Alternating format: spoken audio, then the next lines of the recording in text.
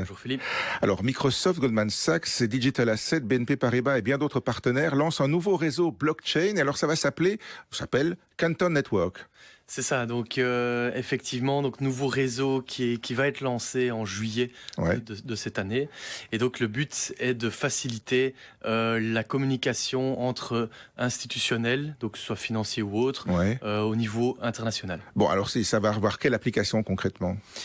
Donc du coup, au niveau des applications, donc il y a plusieurs applications et services financiers qui vont pouvoir être lancés et Ouais. développés sur ce réseau. Donc c'est un réseau blockchain, on le rappelle.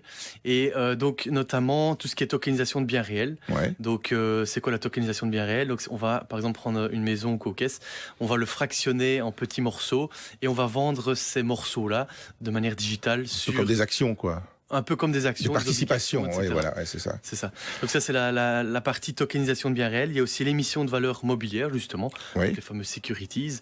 Donc on va permettre de créer des securities plus facilement grâce à ce réseau. Et aussi de les fluidifier les échanges donc entre les différents acteurs. Voilà, tout ça avec une certaine confidentialité encore ou... Oui, donc en fait, le but aussi du projet, c'est de tirer parti des avantages de la blockchain. Mhm. Donc, il va décentraliser les interactions. Donc, on évite de faire confiance à une entité centralisée. Ouais. Et on va aussi, grâce au framework de Canton, respecter la confidentialité dans les échanges de valeurs et d'informations entre acteurs. Mais alors, pourquoi est-ce qu'on n'utilise pas la blockchain existante? Pourquoi il en faut une nouvelle?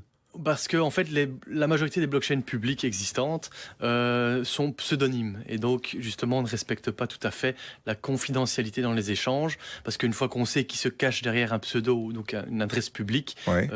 dans le jargon blockchain, en fait on sait retracer tout l'historique des transactions et ça n'arrange pas évidemment des acteurs institutionnels ou financiers, quoi. Bon, ok. Alors, il y a les avantages à cette nouvelle blockchain, donc, ce Canton Network?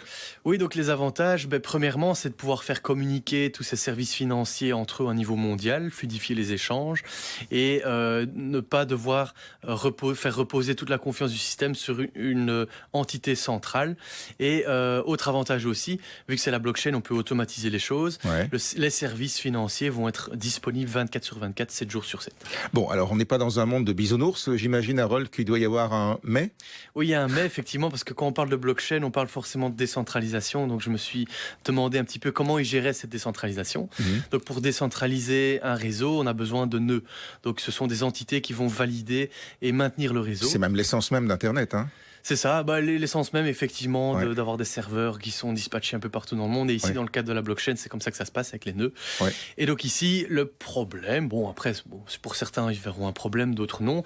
Mais dans le réseau Canton, les nœuds, les validateurs seront identifiés et autorisés par un comité de gouvernance qui ne sera autre que, évidemment, les partenaires du réseau. Donc c'est un oligopole qui partage les mêmes intérêts.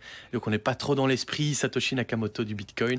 Donc c'est plutôt un consortium semi-privé, on va dire. Bon, on verra les évolutions pour la suite, alors. Oui, voilà. Et ce qui est intéressant à retenir, c'est que quand même, on voit qu'effectivement la blockchain est devenue une technologie qui est devenue vraiment très intéressante pour énormément d'acteurs, Ouais. et notamment institutionnels. Ce n'est plus une technologie ésotérique comme on le disait à l'époque.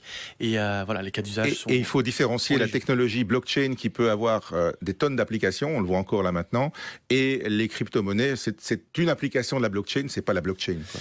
Où en fait les crypto-monnaies vont souvent de pair avec les blockchains, Ouais. même si c'est pas forcément obligatoire d'avoir une crypto-monnaie. Mais en fait, la crypto-monnaie est une unité de valeur qui permet d'échanger sur ces réseaux blockchain. Merci Harold. Avec plaisir.